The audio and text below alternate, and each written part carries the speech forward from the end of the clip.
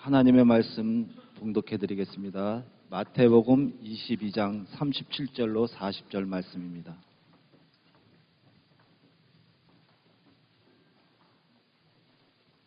마태복음 22장 37절로 40절까지입니다. 봉독해 드리겠습니다.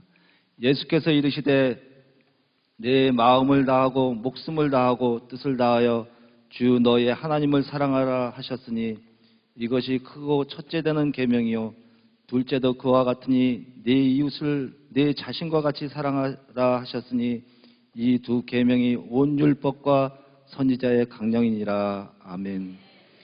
충성과 봉사의 새 생활이라는 제목을 가지고 서식전 목사님께서 말씀 전하실 때 많은 은혜 받으시기를 바랍니다.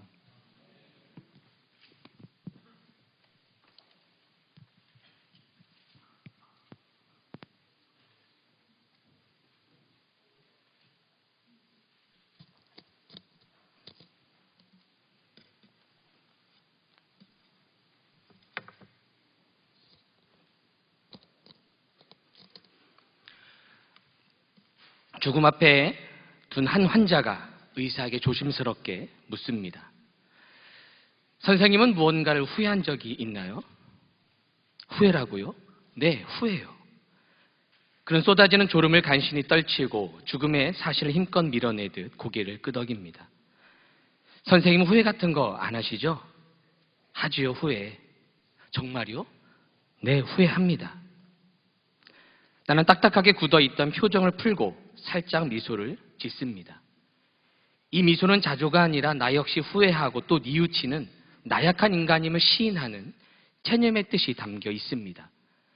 저도 항상 가슴을 치며 후회합니다. 재차 강조하자 이 환자의 얼굴이 한결 부드러워집니다. 선생님도 후회하는군요. 그럼 비로소 마음이 편안해진 듯 목소리와 표정에 평온한 기운이 감돕니다. 지금까지 1000명이 넘는 환자를 떠나보낸 호스피스 전문인 오츠 스위치의 이야기입니다. 그는 지금까지 많은 환자들을 떠나보내면서 후회에 관한 질문들을 많이 받았다고 합니다. 죽음 앞에 선 이들의 하는 후회는 무엇이었을까요? 이들의 후회들에 대한 공통된 것들이 있었는데 이 후회들을 엮어 한 권의 책을 쓰게 됩니다. 이 책이 바로 오츠 스위치의 죽을 때 후회하는 25가지입니다.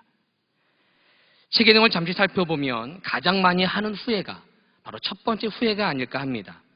사랑하는 사람에게 고맙다는 말을 많이 했더라면, 사랑하는 사람에게 고맙다는 말을 많이 했더라면. 그 외에 이런 후회를 한다고 합니다. 진짜 하고 싶은 일을 했더라면, 조금만 더 겸손했더라면, 기억에 남는 연애를 했더라면. 이건 여러분과 상관없습니다. 청년들에게 상관 있는 거예요. 여러분의 결혼을 연애처럼 하시길 축복합니다. 맛있는 음식을 많이 맛보았더라면, 좀 더 일찍 담배를 끊었더라면, 친절을 베풀었다면. 전 특별히 친절을 베풀었다면에 시선을 두게 되었습니다. 이 챕터에 이런 이야기가 나옵니다. 비환자가 이런 후회를 하는 것을 이 책에 나옵니다. 저는 지금까지 친절도 선행도 모르고 살았습니다. 저는 성공을 위해 수많은 사람들을 희생양으로 삼았습니다. 쉽게 배반도 했고요. 제 주위에 있던 사람들은 모두 불행했을 거예요. 저는 오직 저만 알고 제 자신만을 위해 살았습니다. 이에 이 오츠 스위치는 이렇게 이야기를 합니다. 사람들은 누구나 선과 덕을 갖추고 있다고 나는 믿는다. 하지만 주변을 돌아보지 않고 앞만 보고 질주한다면 그것은 빛을 잇는다. 만약 평소에 타인에게 못된 짓을 일삼았다면 마음을 바꾸어라. 선행과 친절을 베풀지 않으면 장담하건대 당신은 나중에 반드시 후회한다. 그렇습니다, 여러분. 살아있을 동안에 나만을 위해 살았다면, 다른 사람을 위해 친절과 봉사의 삶을 살지 않았다면 우리는 죽을 때 후회를 하게 될 것입니다. 오늘 말씀의 주제는 그래서 충성과 봉사의 새 생활입니다. 믿음의 길을 시리즈로 쭉 가고 있는데 오늘 챕터 부분이 바로 이 부분인데요. 충성은 하나님을 친절히 섬기는 삶이라면 봉사는 이웃을 섬기는 삶이겠죠. 들어오실 때 교재를 하나씩 받으셨을 것입니다. 그걸 펼쳐보시고요. 저랑 화면을 보시면서 빈칸에 답을 써가시면서 한번 말씀을 좀 나누었으면 좋겠습니다. 교재가 없으신 분은 손을 드시면 안내께서 더 도와드릴 겁니다. 네. 교재가 더 남아있죠? 네. 제가 200불을 했는데 믿음이 부족했나요? 네. 자, 한번 한 장을 한번 넘겨보도록 하겠습니다. 표지를 여시면 말씀 열기가 나옵니다. 자, 함께 한번 말씀 열기를 한번 읽어보도록 하겠습니다. 우리는 자 시작. 우리는 이제 어떻게 살아가야 합니까?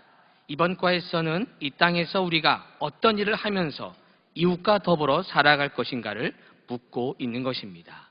자, 이제 저를 보세요. 우리는 어떤 일이든 무슨 일을 하면서 살아갑니다. 직장을 다니고 사업체를 운영하고 또 예술 활동, 또 교육 활동을 통해서 우리의 직장을 생활을 합니다. 이 모든 활동들은 사실은 우리의 수입, 즉 돈과 연관이 되어 있는 건 사실입니다. 돈을 벌기 위해 직장 생활하고 사업을 운영하고 또 여러 가지 일들을 합니다. 그러나 여러분, 돈만은 목적이 아니겠죠. 만약 돈을 버는 것만이 목적인 사람은 사기칠 것이고 또 다른 사람을 해하면서 돈을 벌 것입니다. 우리 그리스도인이 그렇게 살면 안 되겠죠. 그리고 우리 믿는 사람들은 어떠한 일을 해야 하는가?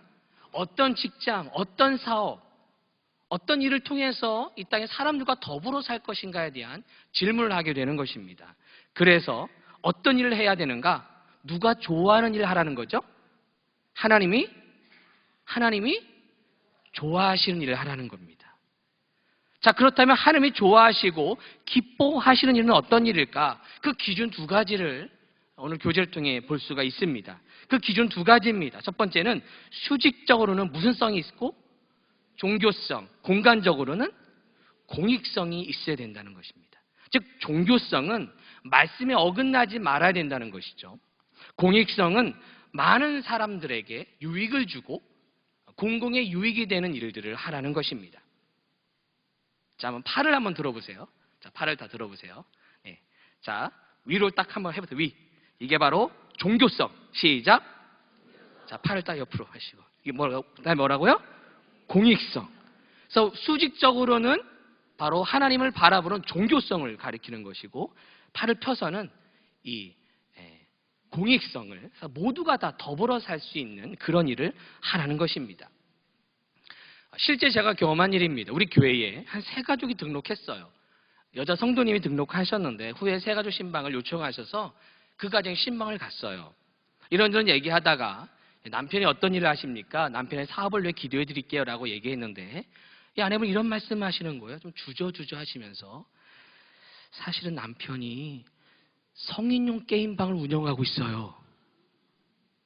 이런 얘기를 하시는 거예요. 뭐 바다 이야기 같은 어떤 사행성, 그런 도박 같은 그런 게임장 운영하고 계셨습니다. 난감했습니다. 남편의 사업을 위해 기도해 드렸다고 했는데 어떻게 기도해야 될지 모르겠는 거예요.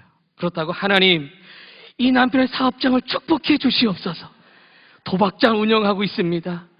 도박하는 손님들이 많아지게. 이게 이상하잖아요.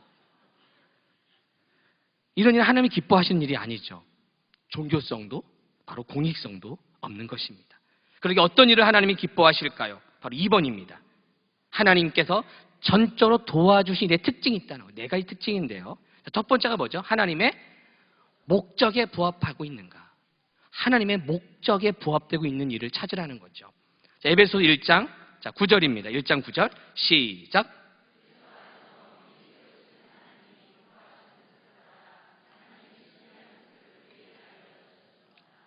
네, 하나님이 기뻐하신 뜻, 그 신비하신 뜻을 미리 우리들에게 보여주시고 그 목적대로 우리에게 그런 일을 이루셨듯이 우리도 그런 목적에 부합되어야 된다는 것이죠. 일본의 신학자 우찌무라 간조가 이런 이야기를 했습니다. 실패는 죄가 아니다. 실패는 죄가 아니다. 목적이 잘못된 것이 죄이다. 목적이 잘못된 것이 죄이다. 뭐가 죄라고요? 목적이 잘못된 것.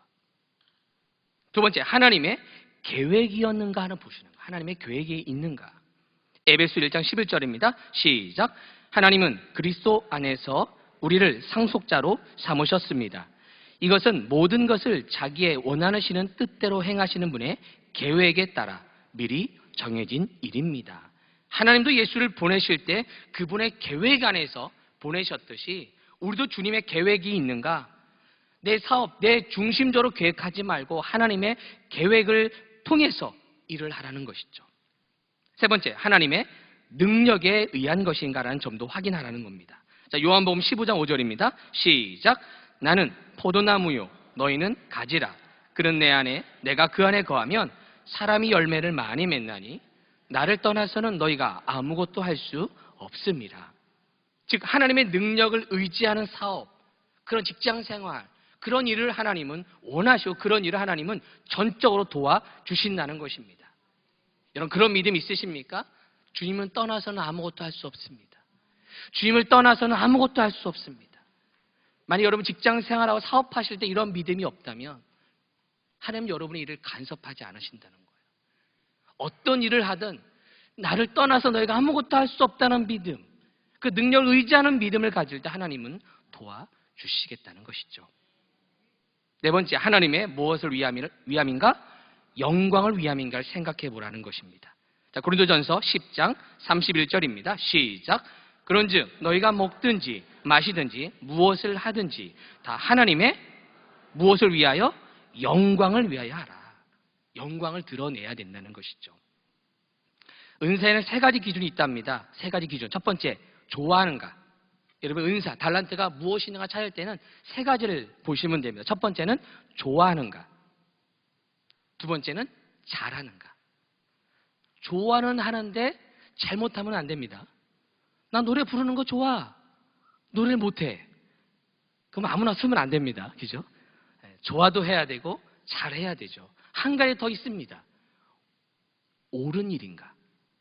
옳은 일인가? 도박을 아주 잘하는 사람이 있죠. 또 좋아하는 사람이 있습니다. 그게 은사는 아니죠. 옳은 일이 아니기 때문에 그렇습니다. 자, 하나님의 영광을 드러내는 일이 중요하다는 것이죠. 그래서 우리 인생을 어떻게 살아가야 하는지를 그 생활의 표준을 10계명을 통해서 우리에게 미리 말씀해 주셨습니다. 바로 생활의 새로운 행동 지침인 10계명이라 할 수 있습니다. 이 10계명이 바로 인생 헌장이라 할 수 있는데 이 10계명을 아주 재미있게 사자성어로 이렇게 풀이해 놓았습니다. 자, 첫 번째 계명이 뭔지 아십니까? 인생 본분. 뭐예요? 하나님 외에 다른 신을 위하지 말라. 우리의 인생의 본분이 어떤 인생의 본분이냐? 하나님을 위한 삶을 살라는 것이죠. 두 번째, 생활 자세. 뭐예요? 우상을 숭배하지 말라. 우리의 생활은 하나님의 나를 다스리는 존재로 삼아주셨는데 우상을 섬기는 존재로 살지 말라는 것이죠. 세상을 변화시키되 세상을 따라가고 거기에 눌려 살지 말라고 이야기를 하고 있는 것입니다. 세 번째, 경건 언행. 뭐예요? 하나님의 이름을 망령되게 하지 말라. 그렇죠? 우리의 언행을 경건하게 하라는 것이죠. 네 번째, 시간 선용. 안식일을 거룩히 지켜라. 이 안식을 거룩히 지키라는 얘기는 주일만 열심히 교회 오라는 얘기가 아닌 거예요. 6일 동안은 열심히 살고 내 주어진 시간을 잘 사용하고 그리고 나머지 하루는 하나님을 위해 이웃을 위해 섬기라는 그런 법인 것이죠. 다섯 번째, 부모 공경. 내 부모를 뭐하라? 공경하라. 우리의 신앙의 기초는 가정이고 바로 부모님 공경이 인간 규범의 가장 첫 번째라는 사실입니다. 여섯 번째, 살인하지 말라. 성어가 뭐예요? 인권 존중. 인권을 존중하라는 얘기죠. 그리고 일곱 번째, 정조 엄수. 간음하지 말라. 여덟 번째, 공덕 공의. 도덕질 하지 말라는 겁니다. 바로 도덕질. 자신을 위해서 남의 걸 훔치지 말고 공익을 위해서 살라는 거죠. 그리고 거짓말하지 말라. 신의 처세. 믿음 직스럽게 말하고 신용을 지키라 이런 얘기죠. 마지막 10번째, 탐내지 말라. 자기 절제. 바로 이렇게 우리가 이 10계명을 통해서 어떻게 살아가는 생활 지침을 알려주고 있는 거죠. 여러분, 이 계명을 크게 두 가지로 나눌 수 있는 거 아시나요? 1계명부터 4계명까지는 누구에 관련된 거죠?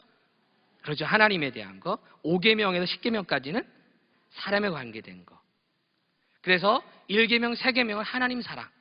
그리고 5계명, 10계명은 누구 사랑? 이웃 사랑을 알려주는 겁니다. 아까 얘기한 대로 1계명, 4계명 하나님에 충성하는 것이라면 하나님께 충성. 그리고 5계명부터 10계명은 바로 이웃을 위해 봉사하는 삶을 알려주고 있는 것입니다. 그리고 10계명의 요지는 무엇입니까? 10계명의 요지는 사랑이라는 것이죠.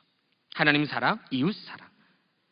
한 율법교사가 예수께 묻습니다. 선생님, 율법 가운데 가장 큰 계명이 무엇입니까? 무엇이 가장 중요합니까?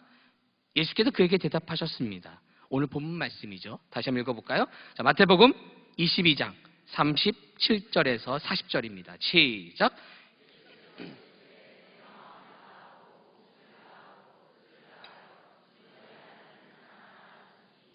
이는 크고 첫째 되는 계명이요 둘째도 그와 같으니 내 이웃을 내 자신같이 사랑하라 하셨으니 이 두 계명이 온 율법과 선지자의 강령이니라. 아멘. 이제 우리가 해야 될 일이 정해졌죠. 황금률처럼 하나님을 사랑하고 이웃을 섬기라는 이야기입니다. 요한복음 13장 34절 35절 이렇게 말합니다. 계명을 너에게 주노니 서로 사랑하라. 내가 너희를 사랑한 것 같이 서로 사랑하라. 너희가 서로 사랑하면 이로써 모든 사람이 너희가 내 제자인 줄 알리라. 서로 사랑, 이웃 사랑. 이웃을 위해 친절히 봉사할 것을 말하고 있는 것입니다. 세상의 사랑은 조건적인 사랑입니다. 이런 영어가 있어요. I love you because I need you. 제가 영어를 밤에 배워서 낮에는 발음이 별로 안 좋습니다. 어려운 단어 한번 해볼까요? 자, 시작. I love you because I need you. 나는 당신을 사랑해. 왜냐하면 필요하기 때문에. 이게 바로 세상의 사랑이에요. 조건의 사랑. 네가 내가 필요하기 때문에 너를 사랑하는 거야.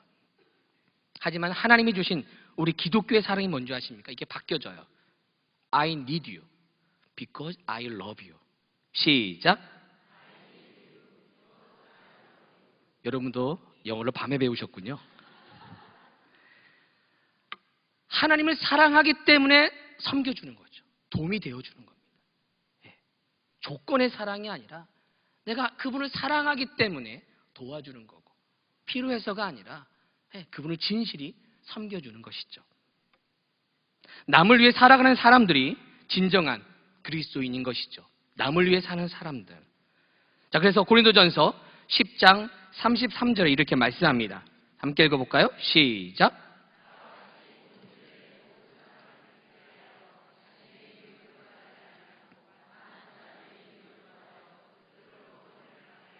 네, 우리는 바로 남을 위해 사는 사람들이 크리스찬의 정체성이라는 것입니다. 남을 위해 봉사하는 사람. 그래서 본회퍼는 타인을 위한 존재라는 말을 썼어요. 타자를 위한 존재. 다른 사람을 위한 존재로 우리를 세워주셨다는 것이죠. 여러분은 은혜를 받으면 뿜이 생긴답니다. 3가지 뿜. 첫 번째는 기쁨. 기쁨이 찾아온대요. 기뻐 막 웃으니까 어떻게 될까요? 예뻐져요. 예쁨. 첫 번째 뭐요? 기쁨. 두 번째? 세 번째? 바쁨. 은혜 받으면 바쁜데요. 오후 예배도 와야 되고 오늘 또 청소도 안 되는데 집 청소도 안 하고 왔는데 교회 청소까지 하라니까 바빠져요. 은혜 받으면 남을 위해 섬겨야 되니까 바빠지는 거예요. 남을 봉사하고 나만 돌보는 게 아니라 다른 사람을 돌보는 삶을 살게 되는 것이죠. 이게 바로 참된 생명을 얻는 비결이라는 것입니다. 참된 생명을 얻는 비결. 자, 성경 말씀 볼까요? 디모데전서 6장 17절에서 19절입니다. 한번 비결을 한번 성경 통해 보겠습니다. 시작.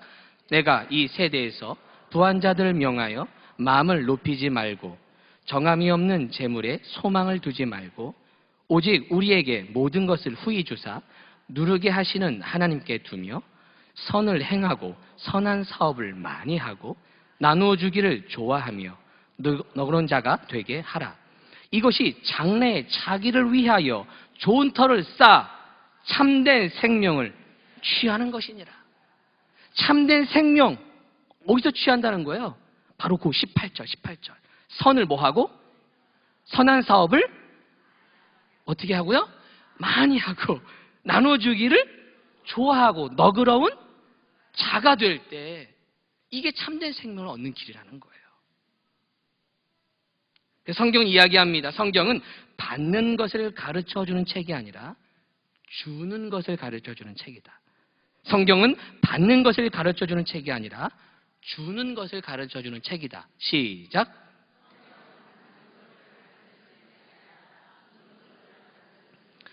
받는 것도 가르쳐 줘요. 하지만 받는 목적이 받기 위한 것이 아니라 뭐 하기 위해서? 주기 위해서 받는 법을 알려주시는 것이죠. 세상에 예쁜 멋과 베푸는 멋이 있습니다. 예쁜 멋. 옆 사람을 쳐다보십시오. 예쁜 멋이 있으십니까? 네. 인사합시다. 예쁜 멋을 가지고 계십니다. 네. 거짓 증거하지 말라 그랬는데. 다시 한번 인사할게요. 베푸는 멋도 가지고 계시네요. 네. 예쁜 멋과 베푸는 멋을 가지는 여러분들에게 축복합니다. 여러분 사랑을 받지 못하면 병이 들지만 사랑 주지 못하는 것도 병입니다. 사랑하지 못하는 것도 병이다. 시작. 네, 그런 것 같아요. 사랑을 하지 못하는 것도 병이다. 이 세상에서 가장 가난한 사람은 먹을 것이 없는 사람이 아니라 나누어줄 사랑이 없는 사람이라는 거예요. 그런 거 우리 효성중앙의 성도들은 다 부자만 있는 것 같아요. 네, 부자만. 네. 신방을 하면서 이렇게 새가족들 신방을 하거든요. 그러면 새가족분들이 그런 얘기를 자주 하세요. 목사님, 우리 효성중앙교회가 사랑이 너무 많다는 거예요. 아멘 하세요. 네. 제가 얘기한 게 아니라 그분들이 너무 기분이 좋더라고요. 등록했는데 친절히 맞이해 주시고 장로님도 인사해 주시고 손잡아 주시고 이런 것에 너무너무 좋아가지고 아주 닳도록 얘기를 하시는 거예요. 아, 그렇구나. 사랑을 많이 주는 사람이 우리기에 우린 다 부자입니다. 할렐루야. 인사합시다. 당신은 부자입니다. 여러분 그 고등학교 때 배운 그 물리학 중에 질량 보존의 법칙 들어보셨습니까? 예, 화학 반응이 일어나도 질량은 보존된다. 이런 얘기가 있어요. 봉사 불변의 법칙. 무슨 법칙? 예, 이 말은 뭐냐면 우리가 열심히 봉사하면 하나님이 그 봉사를 없애는 것이 아니라 다 남겨준다는 거예요. 예. 우리가 하는 모든 섬김, 모든 헌신을 하나님은 다 기억하고 있다는 거예요. 예, 그게 말씀이 나옵니다. 갈라디아서 6장 9절 한번 읽어볼까요? 갈라디아서 6장 9절입니다. 시작. 우리가 선을 행하되 낙심하지 말지니 포기하지 아니하면 뭐하리라? 거두리라. 우리가 헌신한 거, 봉사한 거 다 열매 맺게 해주신다는 것입니다. 갚아주신다는 거예요. 여러분이 교회를 구석구석 청소하실 때 하나님이 여러분의 가정도 깨끗하게 치료하실 줄로 믿습니다. 교회를 깨끗이 가꾸는 사람, 그 영혼을 죄악을 깨끗이 용서하실 줄로 믿습니다. 여러분의 가정을 깨끗한 영혼의 상태로 만들어 주실 줄 믿습니다. 갚아주신다는 거예요. 갚아주신다. 그래서 우리는 복의 근원되는 인생을 살아가는 것입니다. 복의 근원되는 인생은 복을 누리는 인생이 아니라는 거예요. 복을 누리는 인생이 복된 인생이 아니라는 거예요. 복을 누리는 끝나는 인생이 아니라 복을 나눠주는, 복을 흘러내는 인생이 바로 복된 인생이라는 거예요. 이게 아브라함의 삶이더라고요. 아브라함이 뭐예요? 복의 근원되겠다 약속하셨죠. 그렇죠? 근데 아브라함은 누리지 못했어요. 아브라함은 고생을 많이 했어요. 그런데 그 후손들이 복을 받았어요. 아니 복의 근원되다 약속하셨는데 왜 아브라함은 고생 많이 했습니까? 복의 근원이 되는 삶은 복을 누리는 삶이 아니라 복을 나눠주는, 흘려보내는 삶이 줄 믿습니다. 이게 아브라함의 삶이었다는 것이죠. 그래서 창세기 12장 2절이 바로 복을 주겠다 약속하셨는데 28장 14절 한번 볼까요? 28장 14절. 자, 28장 14절 시작. 네, 자손이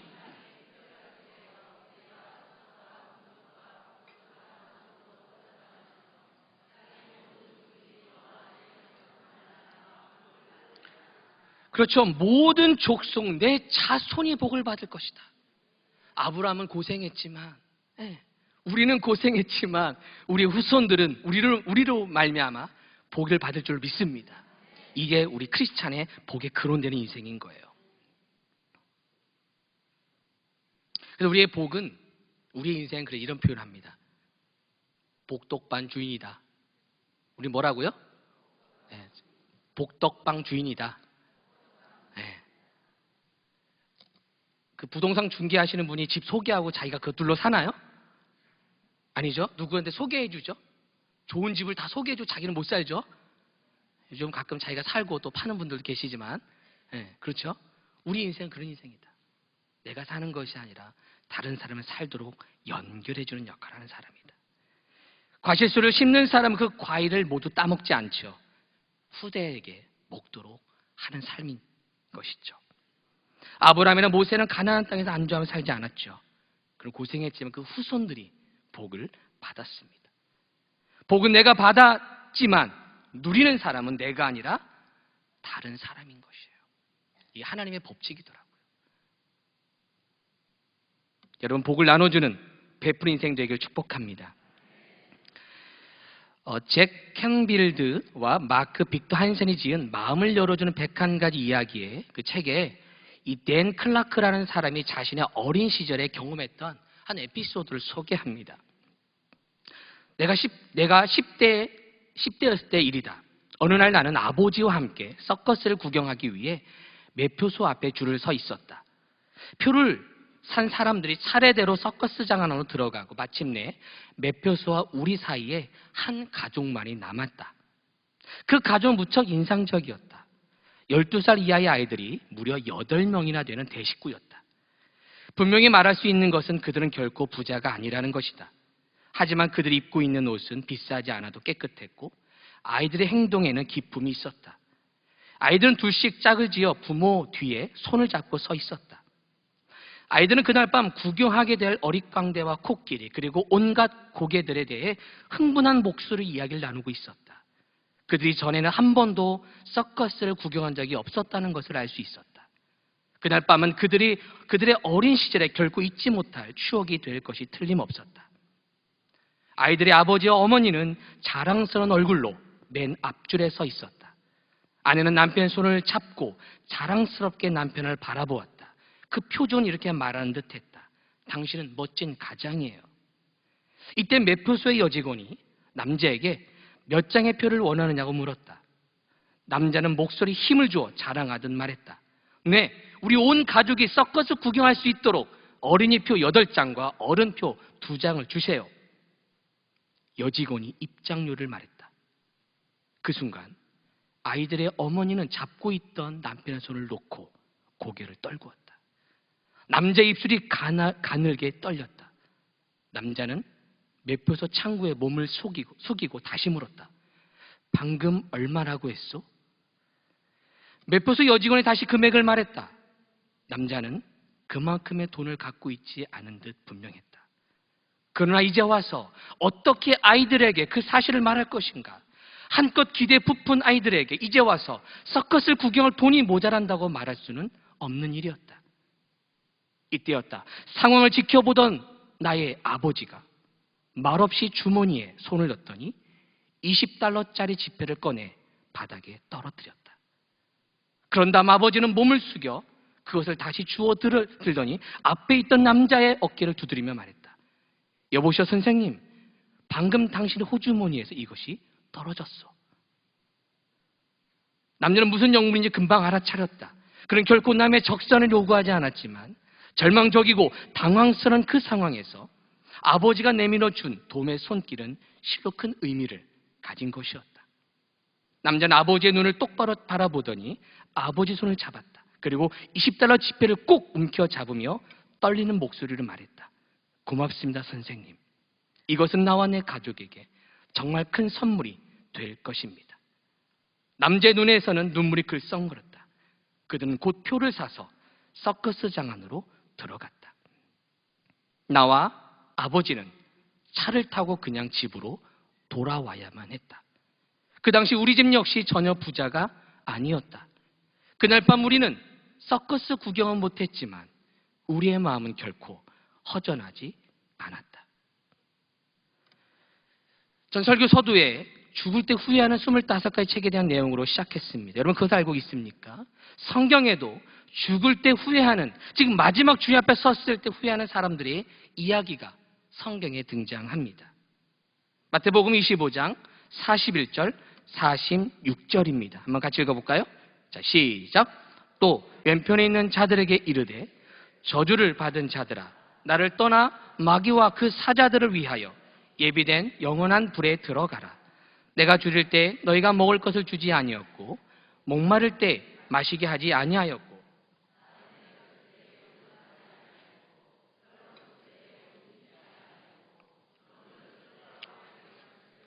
돌보지 아니하였느니라 하시니 그들도 대답하여 이르되 우리가 어느 때에 주께서 줄이신 것이나 목마르신 것이나 나그네 되신 것이나 헐벗으신 것이나 병드신 것이나 옥에 갇히신 것을 보고 공양하지 아니하다이까. 제가 읽을게요.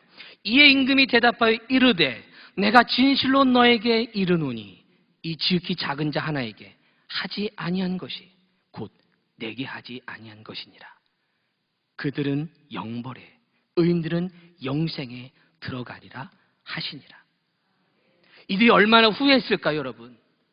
살아있을 때 좀 더 작은 자를 더 섬길 걸, 살아있을 때 더 친절을 베풀 걸, 살아있을 때 더 연약한 이를 위해 더 봉사할 걸, 살아있을 때 목마른 자들 위해 더 헌신할 걸 얼마나 후회했을까요?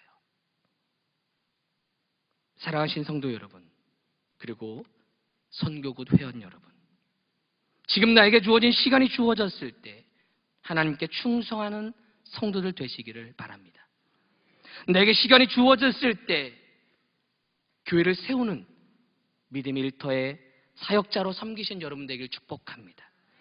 내게 시간이 주어졌을 때 한 영혼 한 영혼을 위해 품고 기도하고 그래서 주님 앞에 이끌 수 있는 영적인 목마름과 열심이 저와 여러분의 있기를 축복합니다. 지금 나에게 건강히 복이 주어졌을 때 이웃을 위해 봉사할 수 있는 그런 믿음의 결단이 있기를 바랍니다. 여러분, 이렇게 사는 삶이 바로 믿음으로 사는 삶이요, 후회를 남기지 않는 삶인 것입니다. 기도하겠습니다. 하나님, 믿음의 길은 나만을 위해 사는 삶이 아니라 하나님께 충성하고 이웃에게 친절히 봉사하는 삶인 것을 알았습니다. 마지막에 후회하는 인생이 아니라 하나님께 잘했다, 착하고 충성된 종이라 칭찬 듣는 주의 일꾼들 될 수 있도록 인도하여 주옵소서. 예수님의 이름으로 기도합니다. 아멘.